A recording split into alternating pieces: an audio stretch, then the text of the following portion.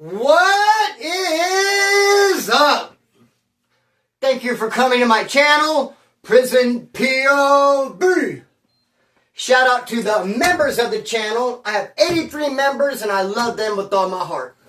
Shout out to the Point of View crew. You already know, hey, very special place in my heart, homeboy. And also shout out to the rock stars, bro. I what? Love them with all my heart. Of course I do. My whole heart and my whole being, brother. This is the crew. This is the family. This is what's up. Now, I'm not going to waste any time. We're just going to get right into this video.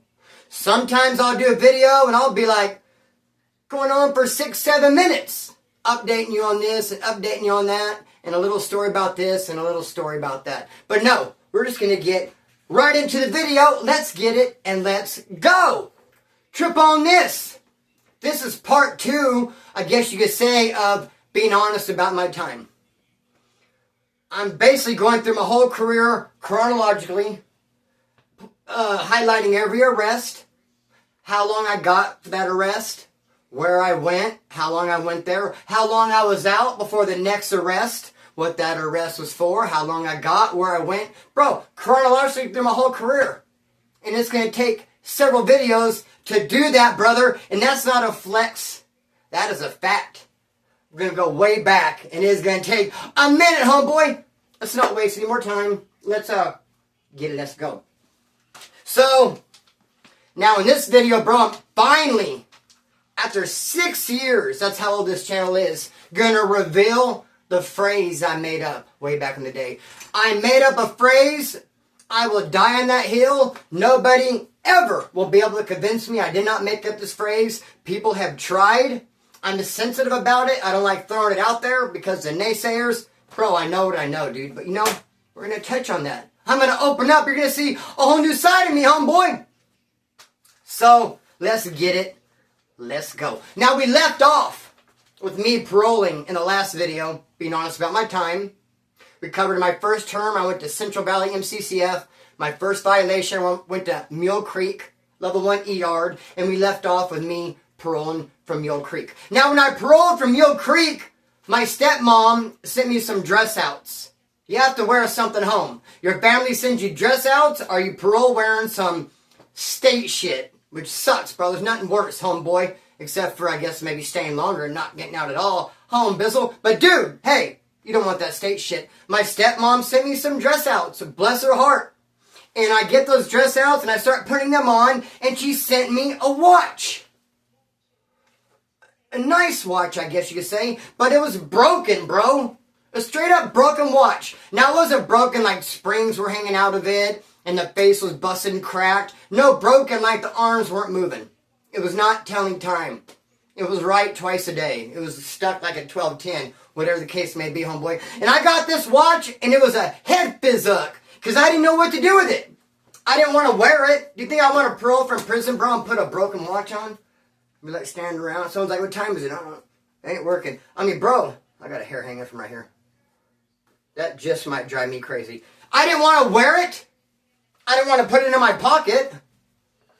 I didn't want to throw it away, so I'm stuck with this non-working watch. And the bus ride home from Mule Creek to Bakersfield was 10 hours. And for 10 hours, I just juggled this dumbass watch, homeboy. And so now, I paroled from Mule Creek, like I said, in March. And in August, I got busted. I was out 5 months.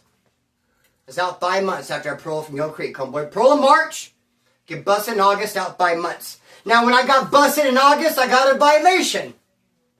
8 months with half for absconding and giving a false name to a police officer. Because, yeah, of course, I'm absconding. I mean, I'm out the gate by 8, in the spoon by noon. I never check in. I always abscond. And, bro, it's a risk. When you have warrants and you're running from police just to step out of your house, you're taking a risk each and every time. Even leaving the pad. So I left the pad home while I'm absconding. I'm driving a car. I get pulled over. I give a fake name. Cop don't go for it. So I get a violation, 8 with half, for absconding and giving false name to a police officer. Now, it could have been much worse. Because the day before, I had a revolver. I was running around with a revolver.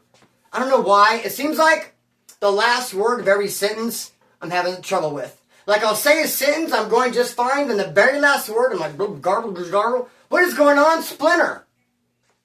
Homeboy. The day before I got pulled over, I was running around with a revolver. Because the day before that, I stole a ficus tree.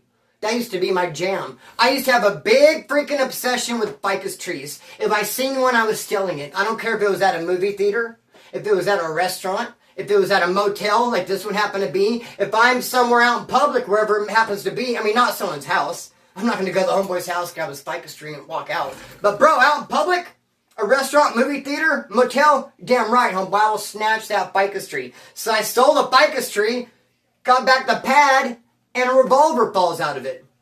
And again, that was a head physic. I didn't know what to do with it. I didn't want to wear it. I didn't want to put it. It was just like the watch, homeboy. I didn't want to wear it. I didn't want to put it in my pocket. I didn't want to throw it away. I sat there and just like, juggled it for a couple days. Finally got rid of it. Thank goodness, dude. I had just gotten rid of it when I'm driving. Got pulled over by the cop. Gave him a false name. He wasn't going for it. 8 with half, homeboy. 4... absconding, giving a false name to a police officer. Now, I was only in county jail for 1 week.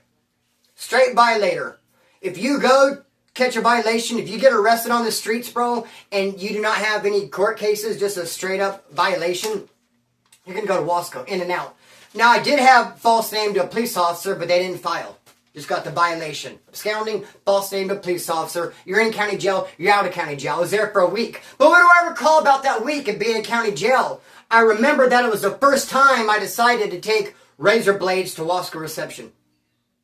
Now, I'd already been upstate twice. Both times I took tobacco, par for the course. It's somewhat mandatory. You don't look like a straight lamb if you don't take tobacco. Let's put it that way. So yeah, I'll say it's mandatory if you want to have any kind of respect from anybody else. Hey, homeboy, but I decided to take razor blades because at Wasco reception, dude, it's hard to get razor blades. When you go to shave, the cops issue you out a razor. And then they want it back. They have a big board with a bunch of holes poked in it with everyone's razor and like your name or your number. And they'll give you the board and you give them your ID and you check your razor out. So it's very difficult to get a razor that you shave with in Wasco reception and break it and get the razor blade out of it, which you might need to slice somebody or for whatever, bro. But in county jail, razor blades all day long. All over the place. You be walking down the tier, homeboy, and trip over a razor blade. They give away 2 every week in your fish kit, homeboy. I mean, in your welfare pack. If you don't have money in your books, boom, they'll give you free razor blades and soap, dog. They're just everywhere. And so I decided to take a bunch of razor blades with me. So I start breaking open razors, mine. I'm asking other people, hey, can I get razor blades? Can I have your razor blades? And I guess they were created. Wow, what's so difficult about saying created, Splinter? It was like, whoa, it's like it was going to hurt. Like it was going to have an effect and like hurt my throat. Like the word would hurt my throat or something. Hey, homeboy, it created an uproar. Me asking for razor blades. I guess some of the other races heard, wow, that Wood over on Barracks 6, he's going around trying to collect all kinds of razor blades. Like, what's he doing with them? Is he making weapons for everybody? Why does he want razor blades? Now, the dude who had the keys to the yard for the woods was a guy named Zombie, and he's a Nazi lowrider. And the crazy thing about that is, like, not everybody knows and is able to digest the fact that Zombie is no longer with us, so was a Nazi lowrider. Totally is. But you tell people, oh, you remember Zombie? That dude from the ride? They'll be like, what?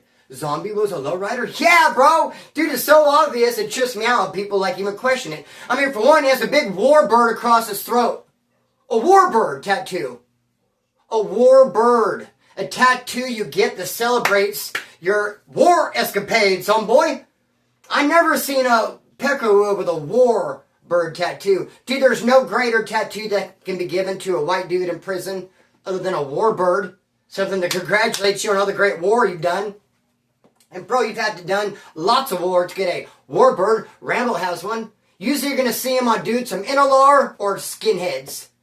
And Zombie had a big warbird across his throat, homeboy. Plus, he was tight with stretch from the ride. Dude, the clues are there. Homeboy was a lowrider. Now, he had the keys to the yard, and he came at me. He's like, Splinter, all the other races are tripping. They've got at me.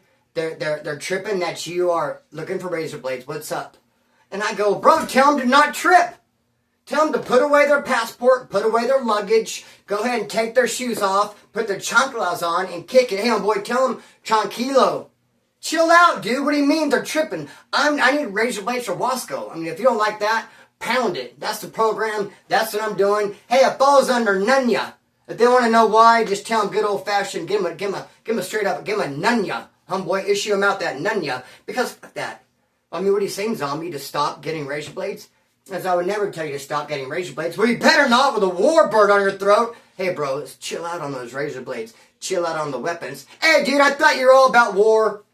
So much so that you put the bird on your throat. Where are you at? But dude, zombie told me to kick back. I told them no. Told him no. You tell them to kick back. Which he did. No one sweated me. Dog, and I took a gang of razor blades for Wasco reception. I never even told that story. I mean, I hinted at it when I got there with all these razor blades. That is. And so I was in Wasco reception for 2 months on that violation. What do I recall mostly about that violation being in Wasco reception for 2 months? Getting okey-doke by the Southsiders. Okey-doed. Okey-dizzoed, okey-dizzoed, okey-doked. Where you at? I got okey-doked by the Southsider, dude, big time. Dude, I tried to say, hey, they played me, but people pointed out, no, bro, you straight up played yourself. What happened was, the Southsiders came to me, and the dude who had the keys for the Southsiders there, I couldn't stand him. He was from Santa Barbara. And like I said, at this time period, I don't even want to get into that. I did not like this Southsider, because it's not part of the story. I did not like this Southsider from Santa Barbara, bro. I didn't care for him at all. He had the keys to the whole thing for the Serenos. And him and a couple other Southsiders got at me, though. And they said, hey, Splinter, we're making this big batch of wine. Which I could tell. I seen him put it together. I mean, bro, you can't do nothing in private.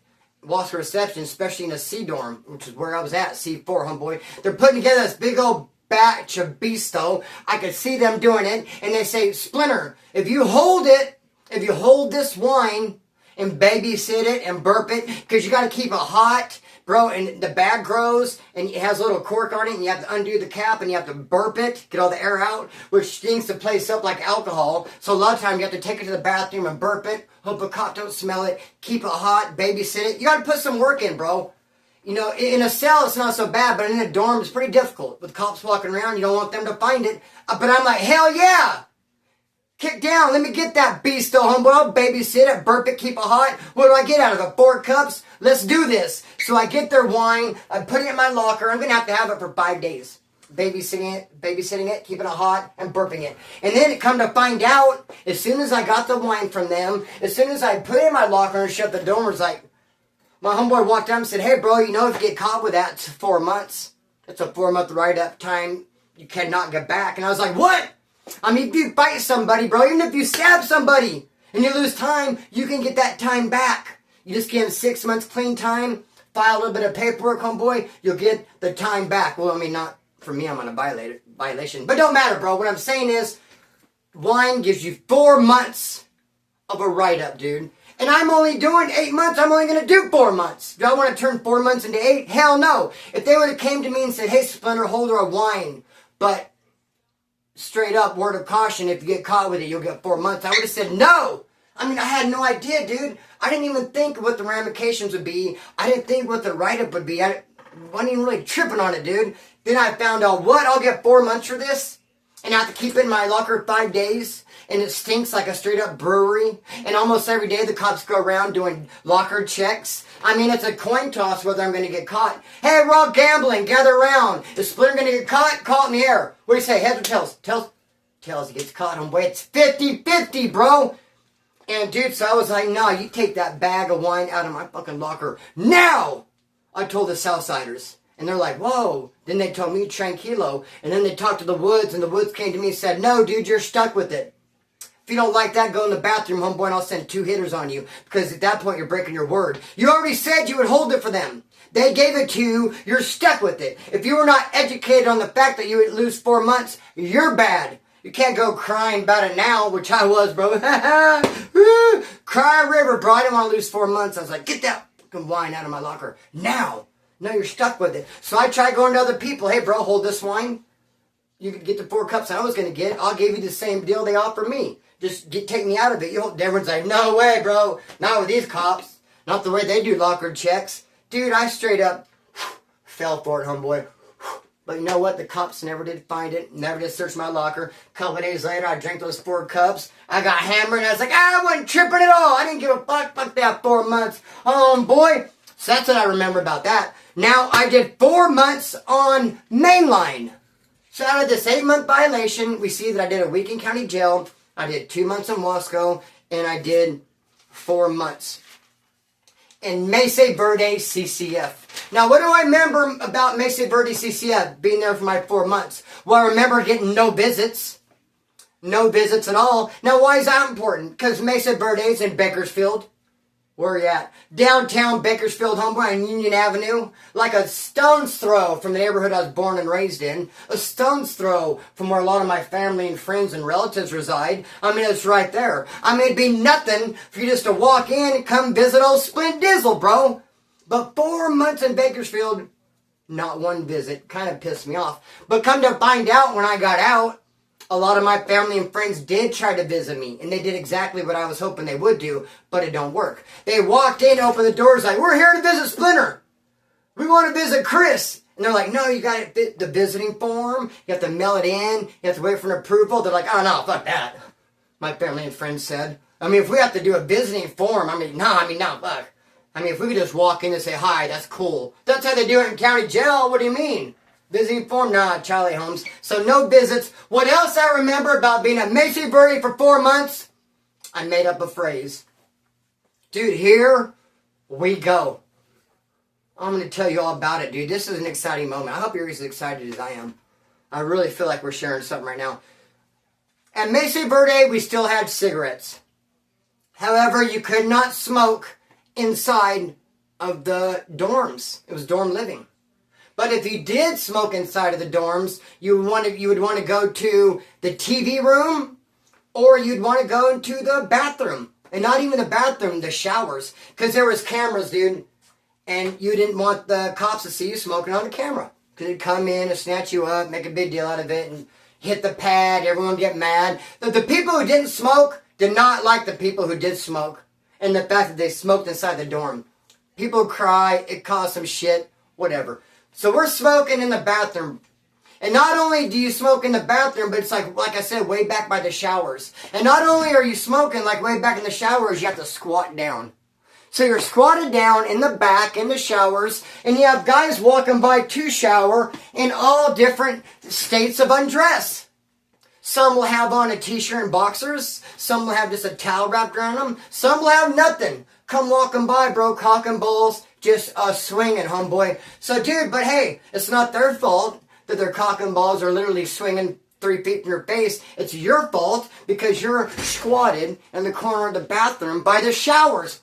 I think that's when I quit smoking. I think I was like, this is not worth it. When like the 5th guy walked by with his freaking cack and balls. I'm like, what am I doing here? So here's what I said though. We're all sitting there smoking. I was like, dang, bro. What is this? Like gay porn? Bow chicka bow wow. What? What do you mean, dude? I said, bow chicka bow wow. And everyone started laughing because to me that was like a porn sound. And I'm a guitar player, so I thought bow chicka. Chicka would be the string scrapes. Where you at? Your fingers lightly held above the strings. Chicka, chicka, chicka, chicka, brown, chicka, brown, chicka, bow, wow, chicka, chicka, brown. Dude, it sounded funny to me, like porn music. I was like, bow, chicka, bow, wow. And then people start laughing. And dude, years later, I heard people say it. I've heard it on TV. There's a bag of chips called bow, chicka, bow, wow. Fucking chips, dude. I'm not trying to get recognition. I'm not trying to get paid. I'm not trying to get nothing, bro. I would like to be believed. Because as the story continues, you're going to hear how I told people I made it up and people said no. But dude, I know that I did. I said bow chicka bow wow is this gay porn. As we're smoking cigarettes, squatted in the shower area of the dorm, and people are walking by with their cack and balls, homeboy. Dude, I don't want to know what inmates in my living area shave their cack or not. But unfortunately, I started being privy to that information, dude. You can't unsee it. So that's when I quit smoking, bro. But I definitely made up bow chicka bow wow. So, dude, hey. I roll from there. I did not have dress outs. I just wore out some punk ass state shit. So I paroled from Mesa Verde in June, and I went there in January. I get to Mesa Verde in January. Wait a minute. Hold up real quick. Yeah, that's right. That's the only thing I was worried about in making this video, tripping over myself. Yeah, paroled from Mule Creek in March. Get busted in August. And then get out in January. Paroled from Mule Creek in March. Get busted in August. So it's out 5 months. March, April, May, June, July, August. Yep. And then August, September, October, November, December, January. 6 months. Okay, so like I said, paroled from Mesa Verde in January. And I'm out by months, and I end up getting a violation.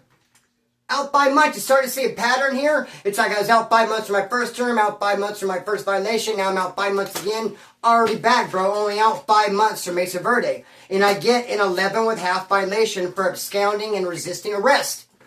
What happened? Just walking down the road, minding my own business, and the same damn cop who got me for my last violation, who pulled me over when I was, again, just driving, minding my own business. But just happened to be me and the cop on the road at that time. I guess I stuck out. He pulled me over, dude. I gave a fake name. Didn't work, blah, blah, blah. 8 months. Only out 5 months from that violation. Walking down the road, and that same cop drives and sees me. And flips a U, and just, he hunts me down, bro. He hunts me down with his wolf. He corners me.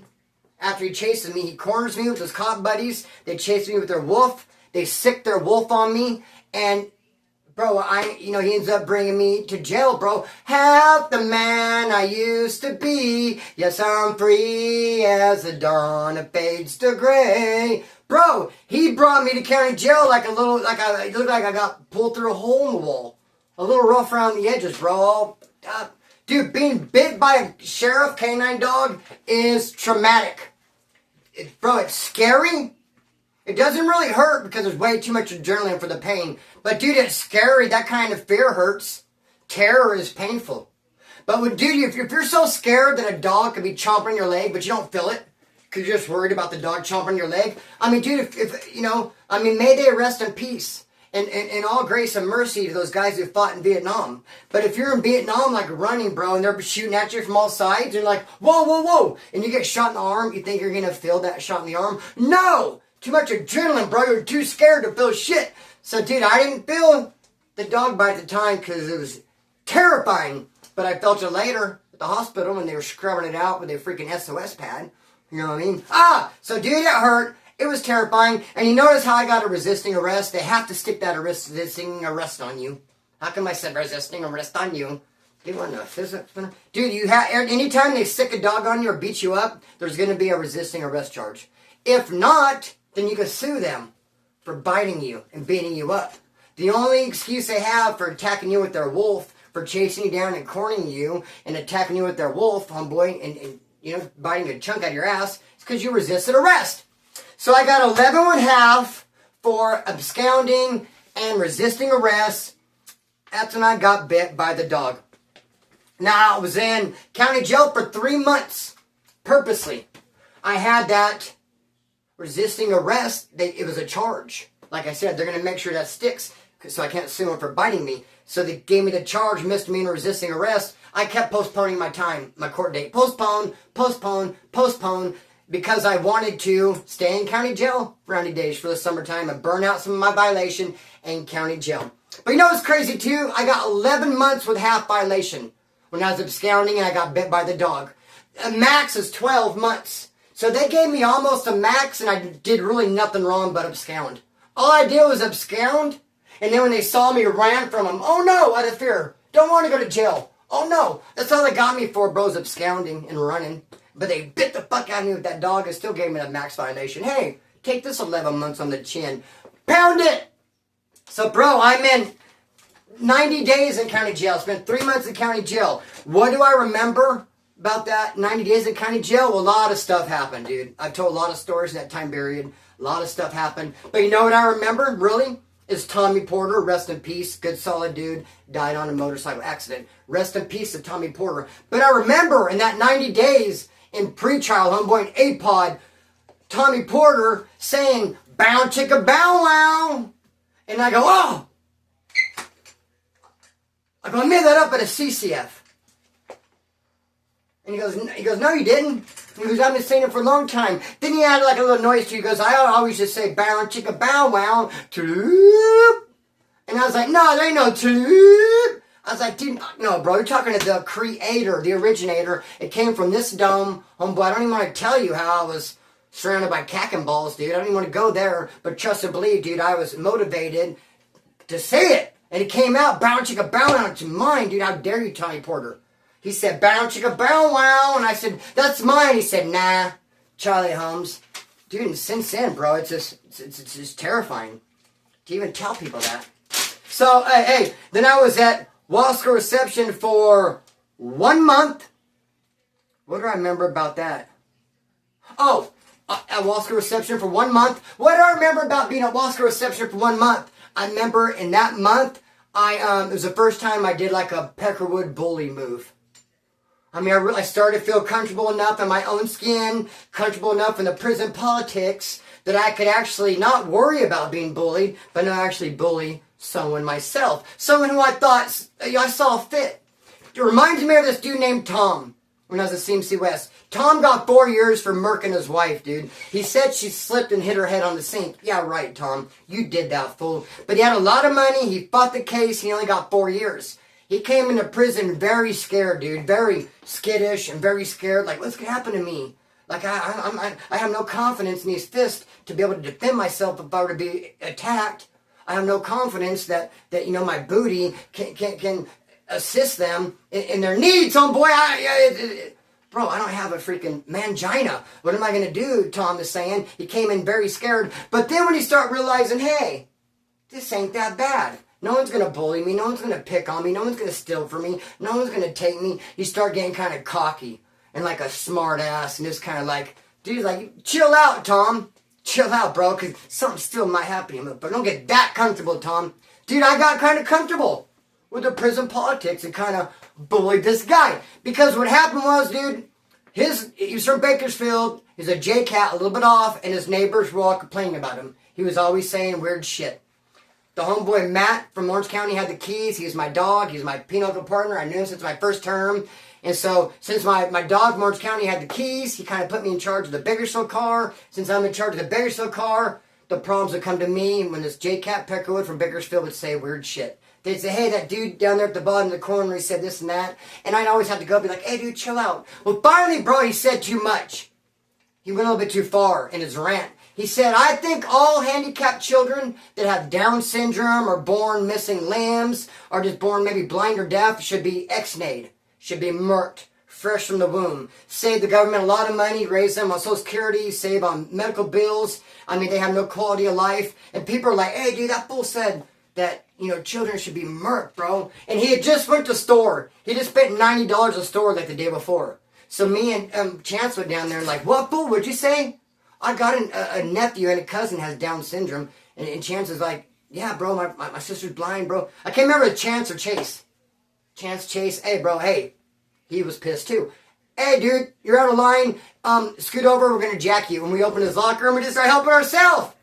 We said, you should have never said that. You're on rack status. Don't get off your rack for the next 3 days. We're helping ourselves. Don't ever say that kind of shit again. In fact, honey, hush. And we took a bunch of shit, dog. Hey, only like half. We didn't jack him for all. So it's like my first little like bully move. My little like, you know, Laura kicked the door down. Like, give it all to me type shit. So there's that.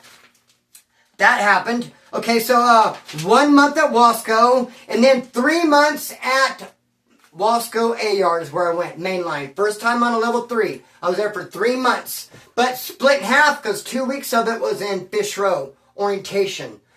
Building 4. What do I remember about 2 weeks orientation Building 4? Nothing. Just sitting in there. Because you got nothing coming. You're just stuck in there, bro. They did let us walk to and from chow. But I mean, bro, you're sitting in there. No books, no nothing. Just, it's mind-numbing. You start seeing the walls melt, bro. You can only do so many burpees, and it's just like, but I had a cool cellie, Matt Haddock. Straight to Haddocks are gangsters from Bakersfield. So we sat there starving, doing burpees, and telling war stories. Stuck in that cell for 2 weeks, bro. It's mind-numbing. I ended up going to Wasco A-Yard Mainline. I was there for 2.5 months. What do I remember about that 2.5 months? I remember seeing Reckless on the yard. Rest in peace to Reckless, one of the most downest woods I ever met. I saw him on the yard. And he's like, and they did yard recall. And he's like, Splinter, sneak into my building. I lived in building 2. Reckless lived in building 1. Yard recall, yard recall. Reckless is like, dude, sneak into my building, building 1, and I'll smoke some weed with you. The cops are cool. Just push a laundry cart in, and then just go right in my cell, and we'll smoke a joint. And I was like, all right, cool. I wanted to smoke a joint, bro, so I grabbed a laundry cart, pushed into building 1. You see all kinds of people going to their cells. I follow Reckless. I go to his cell. He shuts his door, but don't lock it. He can kind of dummy locked. He has a joint. He rolls up 2 big joints, lays one on the table. We have another one. Me and his silly Rusty and Reckless, Rusty and Reckless, smoke this joint and get ripped. And as soon as I smoked it, I got paranoid. I go, fuck, bro, I'm in building 1. How am I going to get to building 2, bro? I got to sneak out. It was easy sneaking in with everybody. Now I got to sneak out by myself. And it's not even yard recall. I got to get this cop to open the door, when the yard's closed, and push a laundry cart out there, bro, stoned. And I was like, fuck, bro. So Reckless, like I said, rolled up 2 joints. Smoked with me and threw the other one on the table. I thought he gave the second one to me. They rolled up and kind of threw it in my direction. So I grabbed that, put it in my pocket, and was like, later, bro, I'm going to jam. I was paranoid to do it. He opened his door. I grabbed that same laundry cart, and I just bounced out, dude. The terror cop opened the door. I pushed it over to building 2, waved it in. They let me in. It worked. I was like, whoa, I can't believe it. I went back to my cell. I was kicking back, dude. Chilling, talking to my cellie, Wasco Mike, and all of a sudden I look up in my window in my door, and Reckless is there, all pissed. He had the same, not the same, but he had a cart. He snuck out and came over to my block now, building 2, came over to my cell, bro, with a cart and was like, Splinter, you took my joint. Where's my joint? Did you take the other joint? And I was like, oh, this one? I thought you gave it to me. He's like, no, the Country Music Awards are on tonight. That's for me and Rusty. Slide under the door. I was like, damn, bro, I'm sorry, dog. So he really smoked a joint in me and threw it on the table, and I took it. Later, bro. And he's like, where'd that joint go? Fucking Splinter took it and snuck out of his cell. The yard closed to come to my cell and be like, you took my joint, motherfucker. So, hey, homeboy, we're going to pick up from here next time. We're going to pick up from me, paroling from Wasco, Mainline, after I did that 11-month violation, dog, when I got bit by the dog, absconding and resisting arrest, brother. We'll pick up with the next one. The next time I believe I go to CMC West next. And then after that, solid dad, bro, I'm telling you, it's a long, illustrious career. I don't even know what illustrious means. Hope that don't mean nothing bad. You should never describe yourself with a word that you don't know what it means, dude. That's ridiculous. That's almost like when you're deaf, like I am, and you're talking to somebody but you can't hear them. They're like mumble mumble, and you're like, huh? They're like mumble mumble mumble, and you're like, huh? And like mumble mumble, and you go, oh yeah, ha ha, because you don't want to say what again, but saying yeah, ha ha, grandum is dangerous when you don't know what they said. They could have said anything like yeah. I don't want to, illustrious. I describe myself as being illustrious. What in the biz? I have no idea what it means. You better knock that off, Splinter. Hey, I'm going to cut the string and let it fly. Peace.